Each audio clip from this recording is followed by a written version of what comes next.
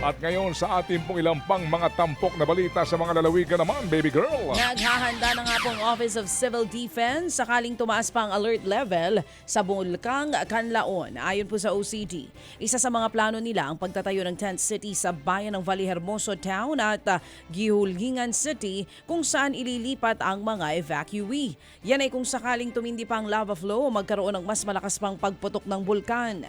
Sa pinakahuling datos ng ahensya, umaabot na sa higit 45,000 na individual ang apektado ng pagputok ng Canlaon nito lamang December 9. Bukod sa Negros Island, apektado rin ang ilan pang bahagi ng Western Visayas at Central Visayas. Una nang idineklara ang state of calamity sa buong Negros Occidental, maging sa lungsod ng Canlaon at Vallehermoso sa Negros Oriental. Isa ang patay dahil po sa pagbaha naman sa Borongan, Eastern Samar. At ayon pa rin po sa OCD, nalunod ang biktima noong mismong araw ng Pasko. Isang Eastern Visayas nga po sa pinaka-apektado ng masamang panahon noong Kapaskuhan dahil nga sa Intertropical Convergence Zone, shear line at low pressure area. Apektado rin ang ilang bahagi po ng Calabarzon, Mimaropa at Bicol Region. Nauna pong sinabi ng Pag-asa na posibleng ulanin ang maraming lugar sa bansa ngayong pong linggo nang dahil pa rin sa shear line. Arestado naman ang dalawang nagbebenta ng mga iligal na paputok dyan po sa San Fernando sa Pampanga. Nagpanggap na buyer mga operatiba at nang magkabayaran na agad na pinalibutan ng mga tauhan ng PNP Anti-Cybercrime Group ang mga suspect.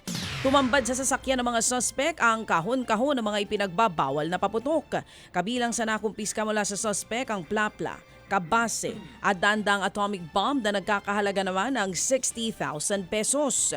Mayroon daw sariling social media page ang mga ito kung saan sila nagpo-post at nakikipagtransaksyon sa kanilang customers. Ang paalala ng PNP sa publiko, huwag nang tangkilikin pa ang mga nag-aalok ng paputok sa social media.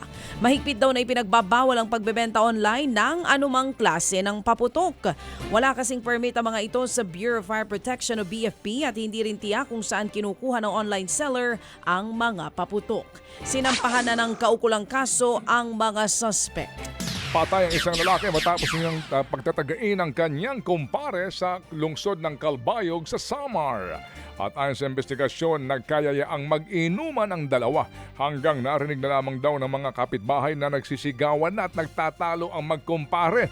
Nang puntahan nila ang dalawa, nadat na nilang duguan na at wala ng buhay ang biktima. Agad namang naaresto ang suspect at naharap sa kasong homicide. Hindi pa malinaw kung ano ang pinagtalunan ng dalawa. Sinaksak naman ng sibat ang isang asong ng kapitbahay dyan po sa Davao City.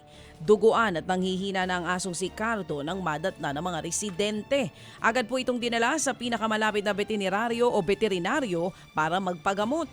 Inoperahan ang aso matapos tamaan ng internal organs ito. Patuloy na nagpapagaling ang aso. Ang depensa ng nanaksak, hindi raw niya intensyong sakta ng hayop. Nabigla lamang daw siya matapos makitang nasa loob na ito ng kanyang bakuran kadikit ang kanyang babaeng aso. Humihingi rin siya ng paumanhin at handa raw niyang harapin ang anumang reklamong isasampa sa kanya. Posibleng maharap sa reklamong paglabag sa Animal Welfare Act ang suspect. Ang Department of Public Works and Highways sa DPWH natapusin ang pagsasaayos sa nasirang Andaya Highway dyan po sa Camarines Sur bagong pagsapit ng bagong taon. Nasira pong bahagi ng highway matapos bumigay ang itinambak na lupa bunsod ng malakas na ulan. Sa ngayon, naayos na ng DPWH ang mabigat na daloy ng trapiko sa highway. Pero sa bayan naman ng Santa Elena, sa Camarines Norte, isang lane pa rin ang Marcos Highway ang hindi madaanan dahil sa landslide. Natabunan ng lupa at bumagsak na puno ang malaking bahagi po ng kalsada.